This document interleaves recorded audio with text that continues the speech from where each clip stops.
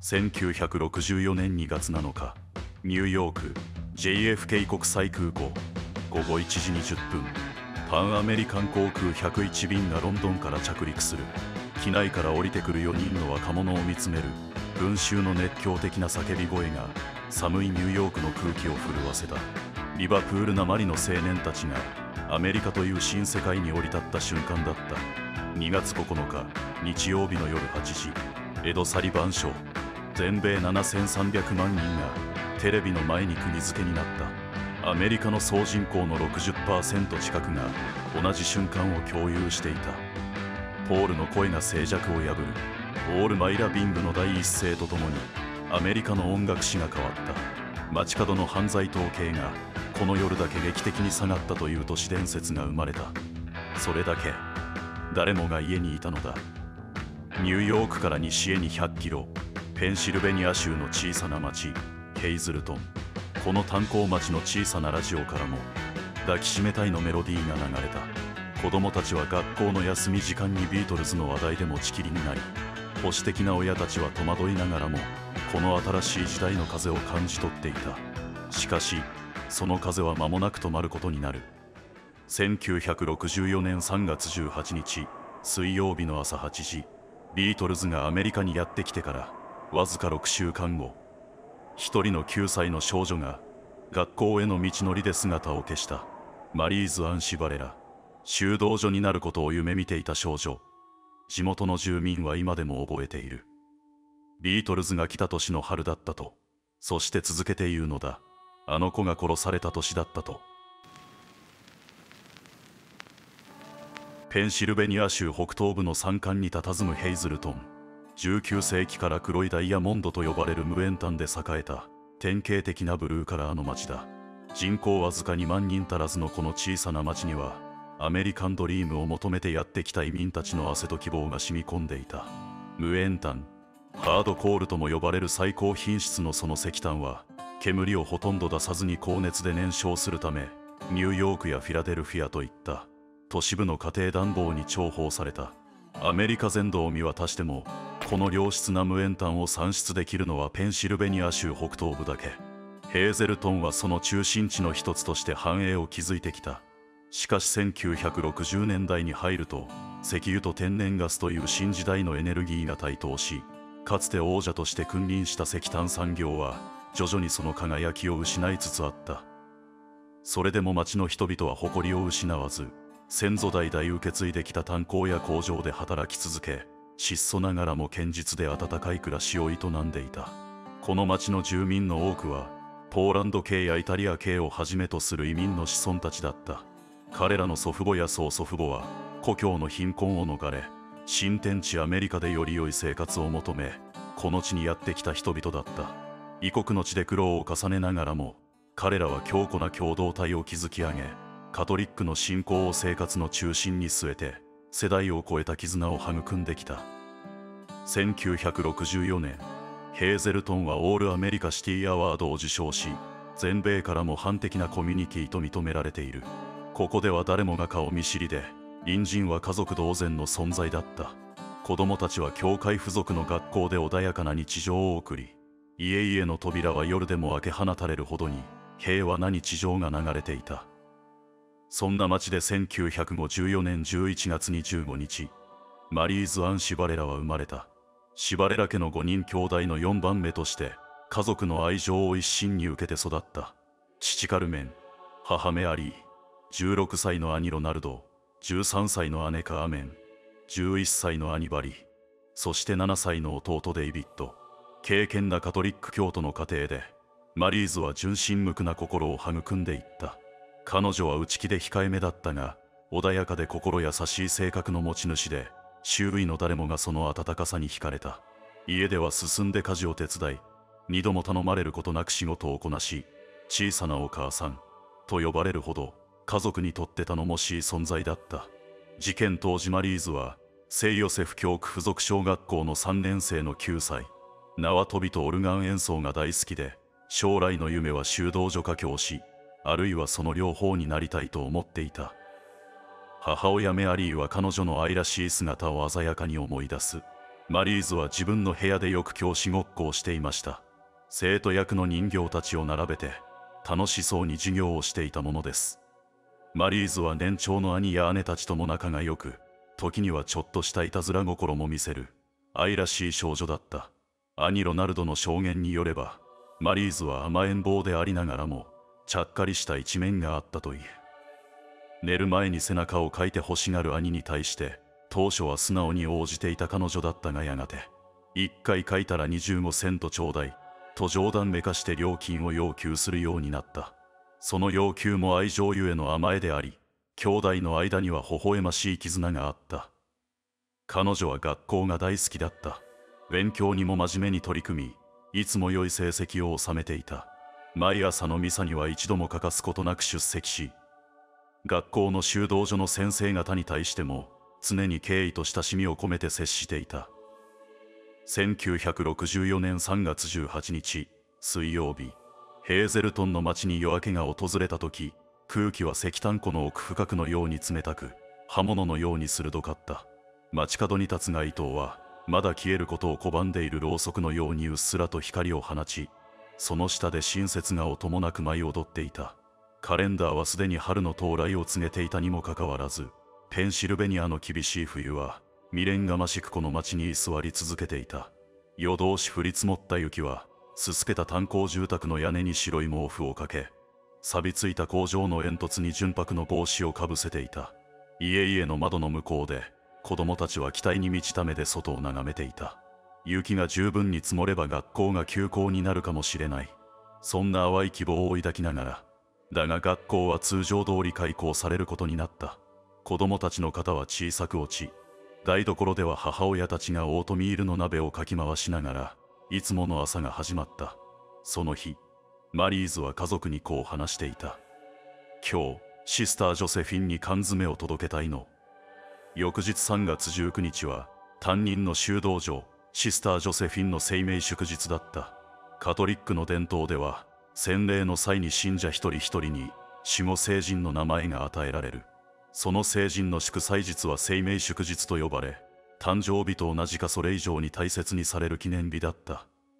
シスター・ジョセフィンの名は聖ヨセフに由来しており、彼女にとってこの日は一年で最も特別な日の一つだったのだ。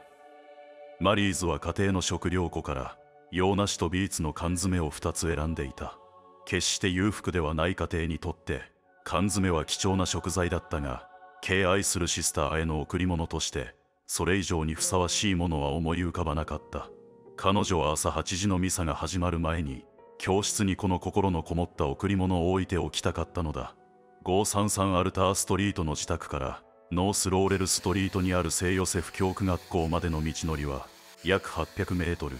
彼女は犬を怖がっていたので、いつも同じ学校に通う11歳の兄バリーと13歳の姉カーメンと一緒に登校していた。だがその朝、いつもより早く学校に行くため、彼女は初めて一人で家を出た。マリーズは厳しい寒さに備えて、母親が選んでくれた暖かいコートをしっかりと着込み、いつものように教科書を詰めた通学カバンを肩にかけた。そして何より大切な2つの缶詰を胸に抱えて、彼女が一人で家を出たのは純粋な善意のためだった。そんな心優しい少女がなぜ残酷な運命に遭わねばならなかったのだろうか。午前8時10分ごろ、マリーズの姿が最後に確認されたのは自宅からわずかにブロック離れた地点だった。その日の朝は特に風が強く、3月の冷たい風が容赦なく頬を叩いていた。彼女のいとこヘレン・スラッタリーは自宅の窓からその小さな姿を目撃していた。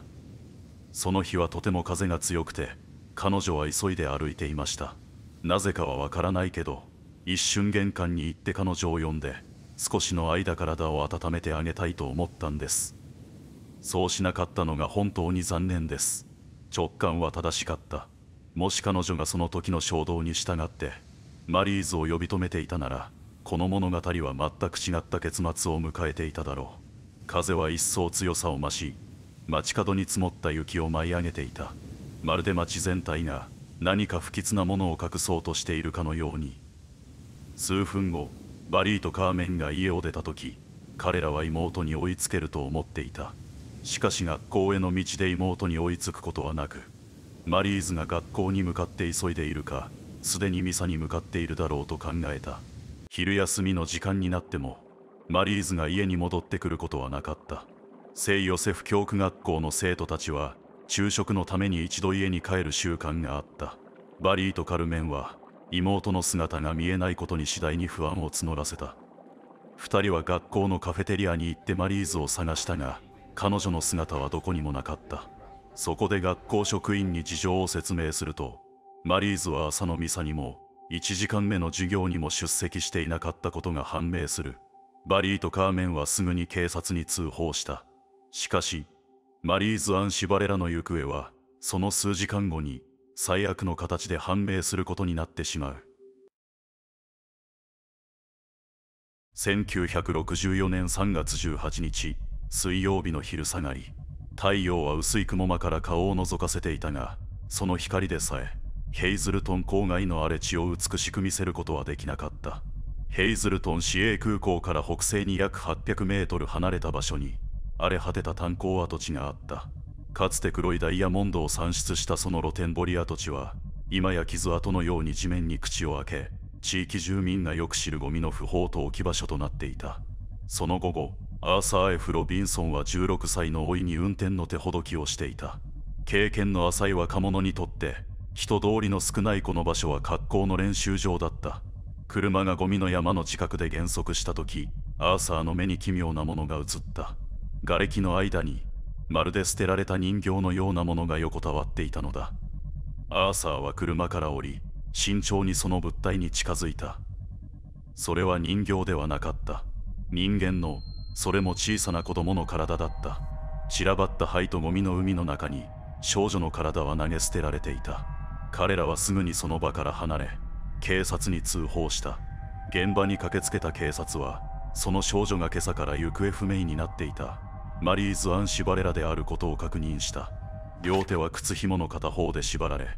足首はもう一方の靴紐で縛られていた。口には彼女が首に巻いていたカラフルなスカーフが押し込められ、幼い体には乱暴された痕跡があり、首には絞められた跡が残っていた。彼女がシスターに送るはずだった缶詰は彼女の遺体の近くで発見された。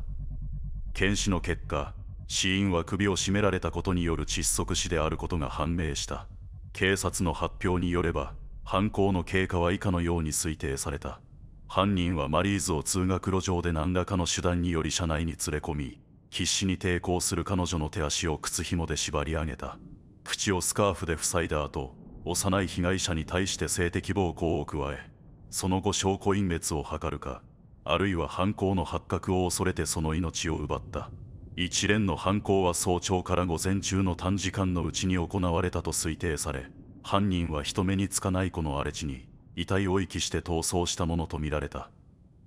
遺体発見の知らせは雷鳴のようにシバレラ家を襲った。家族は悲嘆と混乱の渦に完全に飲み込まれた。兄ロナルドはその翌日の自宅の惨状を今でも鮮明に記憶しているという。家の中は大混乱でした。人々が叫び泣き、おばたちの中には文字通り床の上を転げ回る者もいました。あまりにも恐ろしい出来事でしたからね。母は完全にショック状態で、かかりつけの医師が来て何らかの鎮静剤を投与していました。父はまるでゾンビのようになってしまっていました。あの状況を言葉で説明するだけでも本当につらいほどでした。9歳の幼い命が無残にも奪われたという知らせは瞬く間に町中に広まり、ヘイズルトンの町を恐怖で揺るがした。この町は住民同士が家族のように結びついた共同体だった。誰もが誰かの顔と名前を知っており、子供たちは町全体の宝物のような存在だった。そんな平和な町で地元の愛らしい少女が誘拐され、性的暴行を受けて殺害されたという現実は住民たちの世界観を根底から揺るがした。遺体発見から3日後の土曜日の朝、マリーズの葬儀ミサがモーストプレシャスブラッド教会で営まれた。数百人の弔問客が教会を埋め尽くし、聖堂はすすり泣きの声で満たされた。母メアリーは夫カルメンに支えられながら涙で頬を濡らし続けていた。小さな白い棺が教会の中央通路をゆっくりと運ばれる時もミサの後で教会から運び出される時も彼女の涙は止まることがなかった。母人葬儀場では棺が永遠に閉じられる前に、メアリーは最愛の娘に最後の別れのキスを捧げようと小さな体に静かにかがみ込んだ。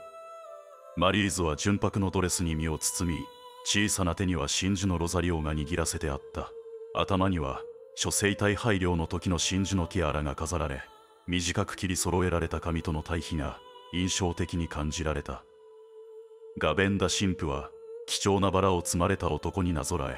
こう語った。神はその無限の英知の中で子供の命を摘み取るために来られました。この棺の中には神がご存知の最も美しい花である子供が横たわっています。また彼はマリーズの悲劇的な死を前に、人々の心に湧き上がる怒りについて宗教的な観点から諭した。復讐は我が物なり、私が報復すると主は言われる。打足かもしれないが、歴史的文脈を理解するための補足を一つ。1960年代のカトリック教会では、このような悲劇を神の計画として受け入れることを教える伝統があった。理不尽な死に直面した遺族の怒りや疑問を宗教的解釈によって慰めようとする、当時としては一般的なアプローチだった。しかし現代の視点から見ると、このような表現は被害者遺族の感情や現実を軽視するものとして受け取られかねない。悲しみや不条理な死を神の意図として受け入れることを暗に強要することは、遺族にとって真の救いとはならない可能性が高い。また、事件の責任を人間の意思や行動ではなく、神の摂理に委ねることで、加害者の責任や事件の社会的道徳的な問題が曖昧になってしまう危険性もある。そのため現代では、カトリック教会においてもこうした表現は避けられるようになり、遺族の精神的負担や感情により配慮した共感的で実際の慰めとなる言葉が選ばれる傾向が強まっているようだ。時代とともに宗教的な慰めの在り方も進化してきたのだ。事件直後、ペンシルベニア州警察と地元警察は総力を挙げて捜査に乗り出した。当時としては大規模な捜査本部が設置され、60人以上の捜査員が聞き込みや証拠集めに奔走した。現場は辺りにゴミが散乱した荒れ地で、犯人に関する直接的な手がかりを見つけることは至難の業だった。捜査官たちが現場で発見できた唯一の物証は、氷に刻まれたタイヤ痕のみだった。専門技術者が慎重に石膏型を採取することには成功したものの、1964年当時の科学捜査技術では、このタイヤ痕を特定の車両と照合する手段は存在しなかった。現場に残された繊維片やその他の微物証拠からも、犯人の特定につながる情報を抽出することは不可能だった。監視カメラも DNA 鑑定技術も、まだこの世に存在しない時代だ。マリーズの遺体からは犯人の体液が採取されたものの、当時の科学では血液型を判定するのが精一杯だった。幼い被害者の無残な姿からわかることは、犯人の残虐性のみだった。警察は直ちに周辺地域での聞き込みを開始した。小さな町で起きた凶悪事件に、住民たちは協力を惜しまなかった。彼らにとって警察への協力は、市民としての義務を超えた、切実な自衛手段だった。誰もが自分の子供が次の標的になる可能性を恐れていたのだ。捜査の範囲は、マリーズの自宅周辺、空港、そして遺体発見現場となった採掘跡地まで、町全体に及んだ。しかし、決定的な目撃情報は得られなかった。捜査の進展とともに、疑わしい人物たちが次々とリストアップされていった。周辺に住む前科がある者、性犯罪歴のある者、地域で精神的に不安定だと噂される人物。彼らは一人一人慎重に身辺調査を受けた。特に注目されたのは、当時ペンシルベニア州内に住む一人の神父だった。この司祭はすでにブリストルでの殺人事件で容疑をかけられており、マリーズ事件への関与も強く疑われた。しかし、徹底的な調査にもかかわらず、彼を起訴に持ち込むだけの決定的な証拠は発見されなかった。さらに町を騒がせたのは、地元で露出狂として知られていた男性の存在だった。彼は任意でポリグラフ検査を受けるよう要請されたが、その直後に自分で命を絶ってしまった。この突然の死は町に不穏な憶測を広げ、彼こそが真犯人だったのではないかという噂が住民の間に広まった。捜査官たちは1964年3月18日の事件発生から7月末まで4ヶ月以上にわたって一日も休むことなく昼夜を明かたず捜査を続けた。だがその執念にもかかわらず事件の核心に迫る有力な手がかりを見つけることはできなかった。マリーズが一人で歩いていたわずか数分の間に一体何が起きたのか、犯人はどのようにして完璧に姿を消すことができたのか、そして何よりこの怪物は今も町のどこかに潜んでいるのではないか。こうした疑問が住民たちの心を苛み続けた。警察の事情聴取で修道女の先生たちは口を揃えてこう証言した。日頃から子供たちには見知らぬ人の車には絶対に乗ってはいけない、そう厳しく教えていました。マリーズを知るすべての人がこう思った。彼女が自発的に車に乗るとは到底考えられない。捜査を難しくした要因がもう一つあった。マリーズが殺害される3月17日の夜、約1000人のブリストル住民がヘイズルトンに滞在していた。彼らはバスケットボールの試合、ブリストル高校対モントローズ高校戦を観戦するために町を訪れていたのだ。捜査当局は犯人がこの観光客たちに混ざっていた可能性を考慮した。しかし約1000人という膨大な数の一時滞在者全員を調査することは捜査力の大幅な分散を意味していた。時間の経過とともに捜査資料は膨大な量に膨れ上がっていった。数年のうちに警察の調書ファイルは4700ページ以上にも及び、関与した捜査員の数は250人を超えた。担当刑事たちは執念深く現場に足を運び続け、周辺の古井戸や森林地帯までくまなく捜索したが、期待した成果は得られなかった。後にこの事件の主任捜査官となるマーク・バロン准査部長は当時の状況をこう振り返っている。当時は誰もが犯人になり得たように思えました。1960年代初頭のこの地域には今でいうところの危険人物、あるいは町の変わり者といった人物が少なからず存在していた。そして彼らは一癖も二癖もあるものばかりだったという。しかし決定的な物証がない以上誰を起訴することもできなかった。実はマリーズ・シバレラの事件が起きる2年前、1962年10月22日の月曜日にも同じペンシルベニア州で少女殺害事件が起きている。被害者はブリストルボロに暮らすキャロル&ハーティという名の9歳の少女だった。事件当日の午後、キャロルは図書館に本を返却するため自宅を出た。その後、日常的に立ち寄っていた聖マルコ・ローマカトリック教会で姿を消し、午後6時ごろ、父親によって教会の聖歌隊席へと続く階段の踊り場で遺体となって発見された。遺体には性的暴行の痕跡があり、死因は絞殺だった。2つの事件の類似性は無視できないものだった。被害者は共にペンシルベニア州在住の9歳の少女、いずれもカトリック教徒で、事件現場は宗教的な場所またはその近辺。犯行手口も性的暴行後の絞殺という残虐かつ酷似したものだった。マリーズ事件を最初に担当した刑事マット・パレルはこれらの共通点を即座に認識し、連続犯による犯行の可能性を強く疑っていたという。だが両事件を同一犯の仕業として立証するだけの決定的証拠はついに発見されることはなかった。キャロル&ハーティ事件は2025年の現在に至っても未解決のままである。新聞の見出しを賑わせたのもつかの間、月日が経つにつれて新たな情報は途絶え、報道も減っていった。捜査本部も縮小を余儀なくされ、専任だった捜査官たちは他の事件との兼務体制に移行した。事件は次第に迷宮入りの要素を呈し始めた。それでもなお、マリーズの両親や兄弟、そして捜査員たちは諦めてはいなかった。犯人に裁きが下る日を信じ、細々とではあっても真実の追求が続けられた。マリーズ・シバレラ事件発生から20年以上が経過した1985年、事件は新たな局面を迎えることになった。ペンシルベニア州警察が再捜査を進める中で、一人の男の名前が容疑者として浮上したのだ。男の名前はチェスター・コンドラッド。コンドラッドは元受刑者で、精神病院への入院歴を持つ複雑な過去の持ち主だった。当時の警察発表によれば、彼は過去の服役要員とは別の事件で2人の少年と1人の少女に対する性的暴行容疑で逮捕されていた。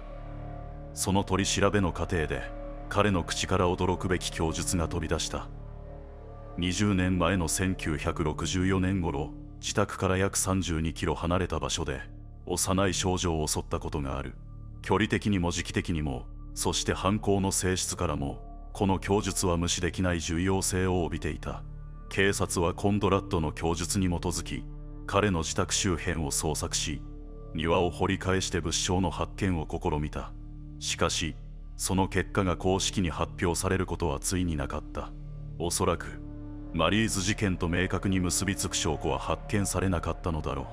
期待は再び裏切られ、コンドラッドという名前も徐々に人々の記憶から薄れていった。コンドラッドへの疑念が事件の解決につながることはなかったが、この一連の出来事は重要な意味を持っていた。それは、警察も地域社会も、この未解決事件を決して忘れていないということの証明だった。どんなに小さな手がかりでも追求し続ける姿勢だ。2002年、事件発生から38年が経過した時点で、シバレラ家の4人の兄弟が地元新聞のインタビューに応じている。4人の兄弟は46歳から55歳になっており、両親カルメンとメアリーには12人の孫と4人のひ孫が生まれていた。しかし、家族の中心には今もマリーズの不在という空虚が横たわっていた。もしマリーズが生きていたら、彼女は47歳になっているはずだった。長男ロナルドは回想する。3月はいつも辛い月なんです。あの出来事は一生忘れません。季節や当時ラジオから流れていた音楽でさえ覚えています。ビートルズが初めてアメリカにやってきたのは、そのわずか数週間前のことでした。彼は、時折殺害犯が未だに特定されていないことを、ある意味でありがたいことだと考えることもある、と複雑な思いを吐露している。もし明日、殺人犯が逮捕されたら、その裁判や事件の詳細によって、私たち家族が新たな苦痛にさらされるかもしれないのです。彼は付け加えた。もちろん家族は正義を望んでいます。母メアリーは、時の流れの不思議さについてこう語っている。マリーズが殺害された数週間前、ビートルズが初めてアメリカにやってきたことも、まるで昨日のことのように鮮明に覚えています。それなのに、これほど長い年月が経ったなんて、とても信じられません。地域住民の中には、ビートルズのアメリカ初上陸よりも、マリーズ事件の方を鮮明に記憶している人が多かった。文化史的な大事件よりも、身近な悲劇の方が人々の心により深く刻まれていたのだ。あの子は死ななくてもいいはずだった、とメアリーは言う。この出来事が、私たち家族の人生の中心になってしまいました。そう、事件は単なる過去の出来事ではなく、家族の現在進行形の現実なのだ。当時の記事は、家族がマリーズの死を受け入れるためのサポートも時間もほとんどなかったことに触れている。マリーズは水曜日に亡くなり、土曜日に埋葬され、家族は月曜日には再び仕事や学校に戻らなければならなかった。現在のようなカウンセリングやグリーフケアは1964年当時は存在しなかった。ロナルドの回想は痛ましい。ただそれに耐えなければならなかったんです。特に男の子の場合、我慢しろと言われるだけでした。彼は父親とマリーズの死について語り合うことがほとんどできなかったという。その話題はいつも避けられていました。我慢して受け入れる。それが当時の男性に求められていた態度だったのだ。カーメンとデイビッドはマリーズの死に対する罪悪感にも苦しめられていた。もしあの日、兄弟の誰かが妹と一緒に学校へ向かっていたら何か変わったのだろうか。彼らは何度も考えたという。それでもロナルドは諦めていなかった。家族の中にはすでに亡くなった人もいますが、残りの家族はまだ生きています。私たちの中にはもう疲れて諦めてしまった者もいます。でも私と母は決して諦めません。警察から殺人犯は必ず見つかると言われています。だから私たちはその言葉が本当であることを願い続けるだけなのです。メアリーの言葉は短かったが、長年の苦悩を感じさせるものだった。犯人は今も生きているのでしょうか。自分がしたことで苦しんでいるのでしょうか。そして彼女はかすかな希望を込めてこう付け加えている。事件現場で見つかった証拠がいつか犯人の特定につながるかもしれません。母親の直感は正しかった。科学の力が長い沈黙を破る日が来るのである。ジョン・レノンが1980年に暗殺され、ジョージ・ハリスンが2001年にこの世を去っても、マリーズ・シバレラ殺害事件は依然として謎に包まれたままだった。1964年から半世紀以上が経過し、事件ファイルは幾度となく書庫の奥深くにしまわれ、新たな捜査官の手によって再び日の目を見るという循環を繰り返していた。ペンシルベニア州警察の創設は1905年だから、この組織の歴史の半分以上にわたってマリーズ事件は捜査対象であり続けたことになる。警察の内部でこの事件は特別な意味を持ち続けた。新人の警官が配属されるたびに事件の存在が語られ、未解決の無念が共有された。中には退職後も個人的にこの事件を追い続ける元捜査官もいたという。両親カルメンとメアリーは娘の死の真相を求めて人生の最後まで戦い続けた。しかしついに犯人の正体を知ることなくこの世を去った。彼らの無念さは計り知れないものがあっただろう。残された4人の兄弟は両親の意志を継ぎ、事件の風化を防ぐために全力を尽くした。彼らは警察との連絡を絶やすことなく、捜査の進捗があるたびに詳細な報告を求めた。彼らにとって忘却こそが最大の敵だった。年月が流れるごとに新たな科学技術の進歩が期待の光をもたらした。指紋自動照合システムの導入、 DNA 鑑定技術の実用化、新しい捜査手法が確立されるたび、過去の証拠品は再検討された。延々と続く歳月の中、警察は決してこの事件を忘れることはなかった。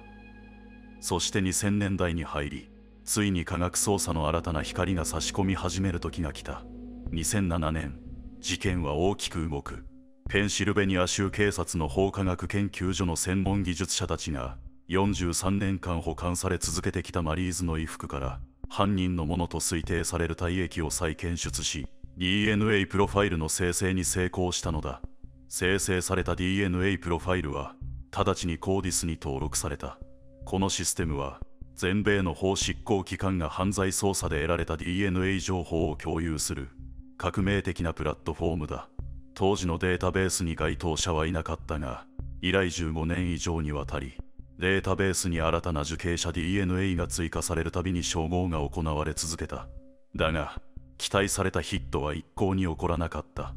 一方で現実は容赦なく時を刻んでいった。マリーズの兄弟たちは50代、60代と年齢を重ねていく。彼らに残された時間は決して無限ではない。捜査陣はなんとか彼らが存命中に犯人を突き止め答えを届けたいという一心で努力を続けていた。2010年代に入ると全米で未解決事件への DNA 鑑定技術の活用が急速に進展した。2018年には遺伝子系図の解析により数十年前のゴールデンステートキラー事件の犯人が特定、逮捕され世間を賑わせた。この事件は全米の注目を集め、科学捜査の新時代の到来を告げるものとなった。ペンシルベニア州警察もこの画期的な技術に大きな希望を託した。2017年、マリーズ・シバレラ事件は退職を間近に控えたトーマス・マカンドリュー巡査部長からマーク・バロン巡査部長へと引き継がれた。引き継ぎの際、マーク・バロンはマカンドリューからこう言われたという。この事件は必ず解決できる。ただし誰かが時間をかけて徹底的に取り組まなければならない。バロンは文字通り勤務時間の内外を問わずこの事件に人生を捧げるかのような献身を見せた。数えきれないほどの夜と週末を費やし奔走した。バロンはその後数年間の捜査過程で昇進を重ね、刑事捜査部門を離れる立場となった。しかし彼は上司に特別な許可を求め、昇進後も引き続きこの事件の主任捜査官を務めた。2018年、ペンシルベニア州警察は一つの決断を下した。遺伝子系図解析の分野で卓越した実績を持つ民間企業、パラボンナノラボズに協力を求めることにしたのだ。パラボンナノラボズがまず取り組んだのは、フェノタイピング分析だった。これは遺伝子情報から個人の人種的背景や外見的特徴を推定する革新的技術だ。同社の専門家たちはマリーズ事件の犯人の DNA プロファイルをもとに25歳、40歳、60歳という3つの年齢段階での要望復元を行った。作成された似顔絵は公開捜査の一環として地域住民に向けて公表されたが、有力な情報は得られなかった。捜査当局は2019年に次なる戦略に転じた。 GED マッチをはじめとする遺伝子データベースに犯人の DNA データを登録したのだ。これらのプラットフォームは家系図研究や遺伝的ルーツの探求を目的とする一般人が自発的に DNA データを投稿するサービスであり、当チャンネルにもよく登場するウェブサイトだ。この戦略は見事に功を奏した。犯人の遠縁にあたる家系の存在が浮かび上がり、捜査は俄然新たな局面を迎えることになった。しかし、遠縁の血縁関係から具体的な個人を特定するまでには、膨大で複雑な系譜学的分析が必要だった。2020年、捜査当局が本格的な家系図構築作業を開始しようとしていたその時、ペンシルベニア州警察に一通の電子メールが届く。メールにはこうあった。もしお邪魔でなければ、ぜひ協力させてください。自分の手法には自信があります。送信者は、高校卒業を1週間後に控えた18歳の学生、エリック・シューベルトだった。彼は8歳の頃から遺伝子系譜学を独学で研究し、趣味として人々の家系図作成を手伝っていた。しかしそれだけでなく、時折警察機関に協力して、容疑者特定の支援も行っていたという。地元新聞でマリーズ事件の DNA 捜査が進展していることを知った彼は、自分の技術が役に立つかもしれないと考え、州警察への協力を申し出たのだ。当初、歴史と権威あるペンシルベニア州警察の内部には、外部の、それも10代の若者を捜査に加えることへの警戒心があった。しかし、ゴールデンステートキラー事件をはじめとする遺伝子系図学の成功例が、彼らの心を動かしていた。シューベルトは正式に作業に参加する前に、適正審査を受けることになった。捜査官たちと彼の面談は、大学のキャンパス内のカフェで行われた。主任捜査官マーク・バロンは、その時の印象をこう回想している。面談に行ってみると、シューベルト君はまるで就職面接に臨むような姿勢で現れました。彼はほとんど、就職面接のための資料のようなものを用意してきていましたよ。捜査官たちに最も強烈な印象を与えたのは、意外にも彼の飲み物の選択だった。バロンはこう振り返る。私たちがコーヒーでも買おうかと言ったら、彼は、僕はコーヒーを飲まないんです。アップルジュースをください。と言ったんです。私たちは、この子はアップルジュースを飲みながら殺人事件を解決したいと言っているのか、と驚きましたよ。それでもバロンは、シューベルトの説明を聞いた後、この若者はなかなか鋭い、と感じながら面談を終えたという。彼のおかげで、多くの人が再び元気づけられ、新しい希望が湧きました。それからは一気に捜査が加速しました。彼は頻繁に私の職場に電話をかけてきて、そのうち携帯へのメッセージや電話も増えました。メールは毎日何通も送ってきました。彼が捜査に参加してからというものを、一度も手を止めることがありませんでした。シューベルトの働きぶりは、まさに驚異的だった。彼は週に最大に10時間をこの事件に費やし、18ヶ月という長期間にわたって、あらゆる可能性を徹底的に調査し続けた。その作業量は膨大なものだった。50を超える遠縁家系の詳細な系譜図を作成し、数世代に遡って何百人もの親族リストを構築。そして消去法により、一人一人の可能性を慎重に検討し、候補者を絞り込んでいった。まさに、現代版の名探偵による推理の過程だった。そして、ついに彼は決定的な発見をした。一つの家系と犯人の DNA が交差する点を見出したのだ。シューベルトの分析結果を受けて、警察は判明した遠縁家系に属する親族たちへの接触を開始した。聞き込み調査、協力者からの DNA サンプル採集、伝統的な捜査手法と最新の遺伝学技術が融合した作業が展開された。そうして、容疑者の候補はついに4人にまで絞り込まれ、そのフォーカスは一人の男にまで絞られる。18歳の天才的経府学者と中年の捜査官、この異色のコンビネーションがマリーズ・シバレラ事件に最終的な答えをもたらそうとしていた。シューベルトらの調査で最有力容疑者として浮かび上がったのはジェームズ・ポール・フォルテという名の男だった。彼はヘイズルトンで生を受け、その生涯の大半をそこで過ごした人物だった。1964年3月18日の朝、マリーズが缶詰を抱えて学校へ向かった時、彼は22歳のバーテンダーとして地元で働いていた。フォルテの人生を振り返れば、暴力への傾倒は早い段階から現れていた。1974年、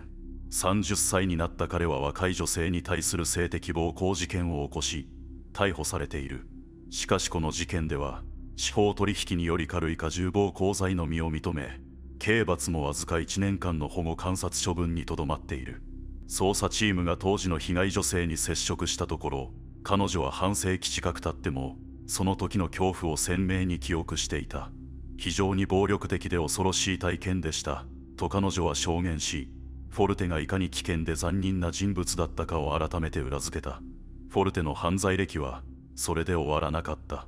1978年には無謀な危険行為と嫌がらせの容疑で再び逮捕されている。明らかに彼は暴力的かつ反社会的な成功を持った人物だった。とはいえ、これまでフォルテがマリーズ事件の捜査線上に浮かんだことは一度もなかった。彼はマリーズの家から数ブロックしか離れていない場所に住んでいたにもかかわらず、一家との面識はなく、完全な第三者だった。このため、犯人像として浮かび上がりにくかったのだ。つまり、犯行は計画的なものではなく、偶然その場に居合わせた無垢な少女を狙った、恐ろしく衝動的で無差別な犯罪だった。マリーズは、ただ運悪くこの怪物の視界に入ってしまっただけだった。シスターへの贈り物を届けようとする純粋な行為が、最悪の悲劇を招くことになってしまったのだ。2021年、綿密な科学的分析と徹底的な経府学的調査の結果、捜査当局はついにフォルテを最重要容疑者と断定した。しかし、ここで予期せぬ障害が立ちはだかった。彼はもはや、この世にいなかったのだ。ジェームズ・ポール・フォルテは1980年、38歳で死亡していた。死因は、勤務先のバーで起きた心臓発作。マリーズを殺害してから16年後、彼は自らの罪と向き合うことなく、この世を去っていた。すでに墓の下に眠る人物を容疑者として告発するという、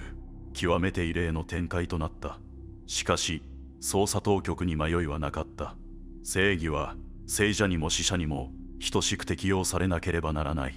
捜査当局はフォルテの墓が存在するルザーン郡地方検事局と綿密に協議し、フォルテの遺体発掘を求める令状を裁判所に申請した。法的手続きは慎重に進められ、ついに許可が下りた。40年以上の眠りについていたフォルテの墓が掘り起こされ、遺体から DNA サンプルが採取された。法医学の専門家たちによる分析は急ピッチで進められ、2022年2月、ついにその結果が出た。その一致率は、科学的に見て完璧と言えるレベルだった。約480セプティリオン分の1という天文学的確率で、別人である可能性を否定するものだった。これまでに地球上に存在した人間は約1170億人だと言われている。480セプティリオンという確率は、同じ DNA プロファイルを持つ人を見つけようとするなら、地球をあと400万個分用意する必要があることを意味している。2022年2月10日、ペンシルベニア州ヘイズルトン。冬の朝の冷気が、まるで58年前のあの日を思い起こさせるように、街角に漂っていた。しかし今日は、長い間街を覆い続けてきた暗雲が、ついに晴れる日となった。ペンシルベニア州警察は記者会見を開いた。会場の正面には、マリーズの微笑む顔が大きく写されたポスターが掲げられていた。9歳の少女の純真な瞳が、集まった報道陣と関係者たちを静かに見つめていた。その傍らには、花束とペンシルベニア州警察の聖棒が、敬意を込めて備えられた。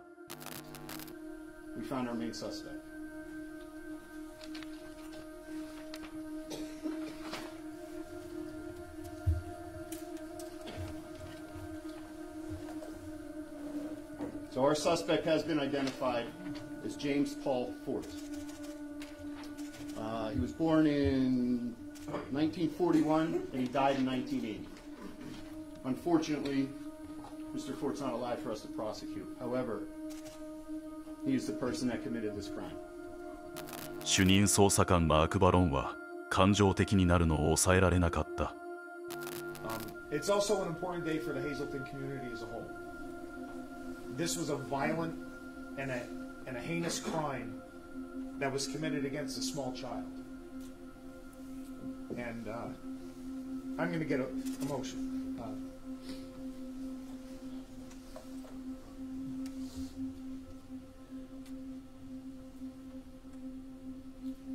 We're always told not to get attached to a case, but you can't help it. And it's a vivid memory for everybody who lived through this, and it's a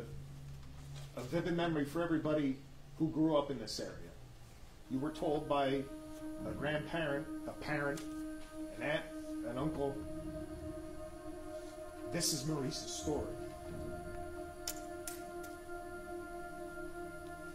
And what happened to her ushered in a change in this community. Whether you like it or not, the way you lived changed after March 18th of 1964 in Hazleton. And lastly, this has been a day that this family has been waiting for nearly 58 years. And as the lieutenant said, even though we couldn't bring charges against Mr. Fort, I hope that this brings some type of closure for your family. I really do. 会見には現在の捜査担当者だけでなく、過去にこの事件を追い続けて引退した元捜査官たち、そしてマリーズの兄弟、ロナルド、カーメン、バリー、デイビッドが出席していた。家族を代表してロナルドが語った言葉は深い感謝だった。On behalf of the Carmen and Mary Chivarella family standing here, and we really want to offer a heartfelt appreciation and an admiration for the Pennsylvania State Police. You know, we keep hearing 58 years, and that, my goodness, that was a long time.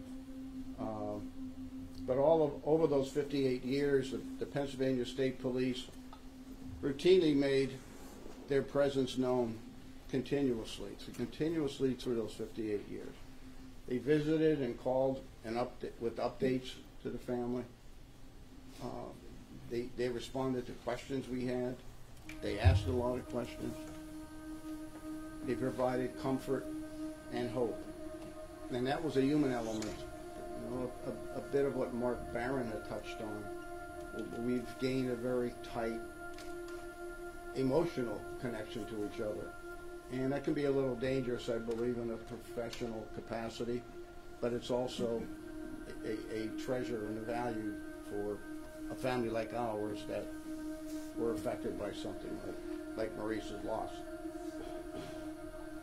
The Pennsylvania State Police were unquestionably committed to solving Maurice's case. I know that's repetition, but I'd like you to hear it again because it's something we feel in our hearts.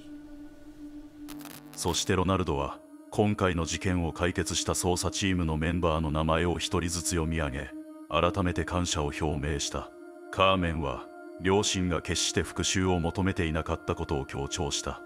We have so many precious memories of Maurice. At the same time, our family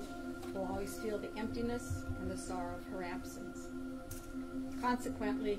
we will continue to ask ourselves, what would have been, what could have been. So how does our family further embrace a sense of closure for the harm done to Maurice? Our parents' sentiments were expressed a long time ago. They never sought punishment or revenge, but did want justice. マリーズ事件は遺伝子系図学を用いた捜査により解決した全米で4番目に古い未解決事件となり、ペンシルベニア州では最古の事例として記録された。この事件の解決は多くの未解決事件の遺族に希望をもたらすだろう。Even though it took nearly 58 years for this case to be solved, I think that this should instill in the families of victims across the state and across the country a sense of hope. And that hope is that no matter how long it may take, we as law enforcement will never give up in trying to find the perpetrators of these heinous crimes that go on. So, God willing, in life or in death, you will be found. So, I'll be done now. Thank you. エリック・シューベルトという若き天才の存在も見逃せない。コーヒーの代わりにアップルジュースを飲みながら夜遅くまで家系図と格闘していた彼の姿は現代の名探偵の新しい形を示していた。彼は年齢や経験にとらわれず、情熱と知識を持つ者が協力すればどんな困難な課題にも立ち向かえることを証明した。Just a little bit about my background. My work with genealogy stretches back over 10 years and has been featured nationally. I've assisted in several other cold cases throughout the country over the past 2 years. And as was mentioned, I've been involved in this investigation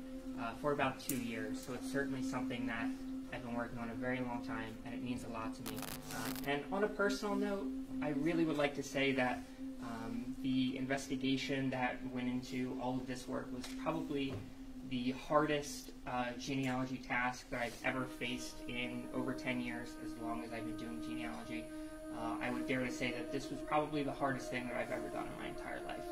And it means so much to me that I was able to be on the team that could provide answers for the Chivarella family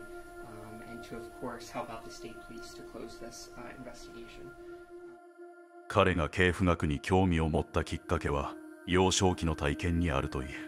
彼は体が弱く学校を休むことが多かったため自宅にこもりがちの少年だった。その際テレビで放送されていた系譜学に関するコマーシャルを目にし、自分でもできるかもしれないと感じたことが彼を系譜学の世界へ導く第一歩となった。それから彼は独学で勉強を始めたのだ。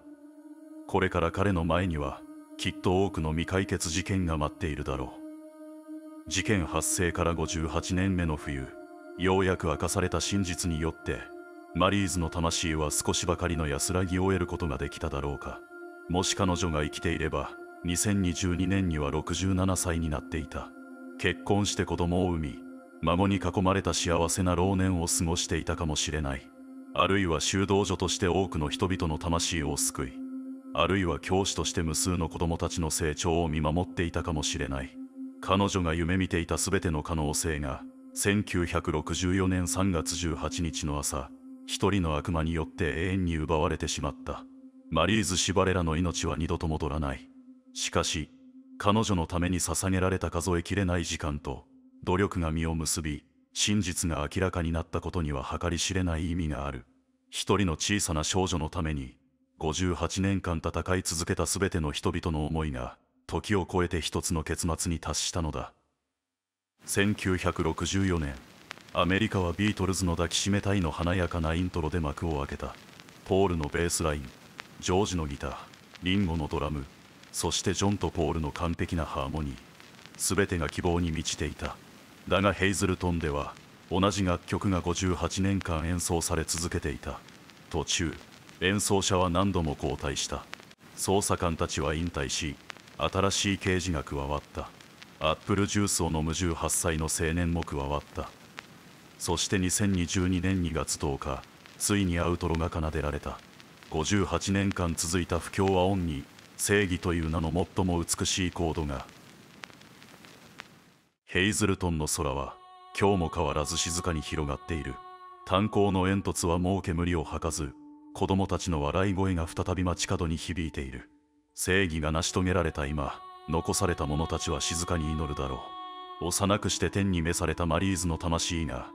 永遠の平安の中にありますように。そして彼女の記憶がこれからも多くの人々の心に生き続けますようにと。最後までご視聴いただき本当にありがとうございました。今回の動画はかなり長くなってしまいましたが、実はこれでも相当カットしています。当初動画はさらに長く、エリック・シューベルトがどのように系譜学調査を進めたのかという会見映像、未解決期間のご家族の心情など泣く泣く削った場面が多くありました。具体的な話ではありませんが、今後メンバーシップでディレクターズカット版を公開することも少し考えています。もしこの動画が興味深く心を動かされたと感じていただけたなら、ぜひ高評価ボタンをお願いいたします。まだチャンネル登録をしていないという方は、この機会にぜひチャンネル登録をお願いいたします。皆様のいいねとチャンネル登録は、このチャンネルが一つでも多く動画を制作する力となります。